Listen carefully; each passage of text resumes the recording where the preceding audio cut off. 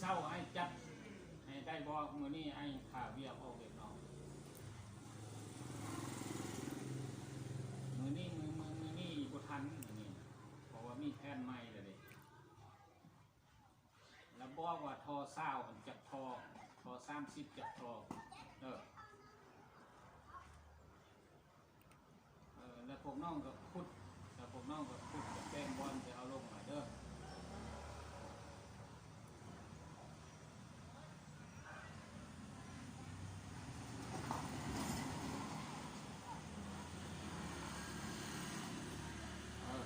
แล้วน้องเข้าใจว่าอันเศร้าอัน30นี่มันเส้นผ่าใจกลางทางในมันได้โมเมนต์หอบนอกได้เข้าใจนั่นเด้อเอาทำละเอียดแล้วบอกไอ้จักน้อยก็ได้เดี๋ยวนี้ก็ได้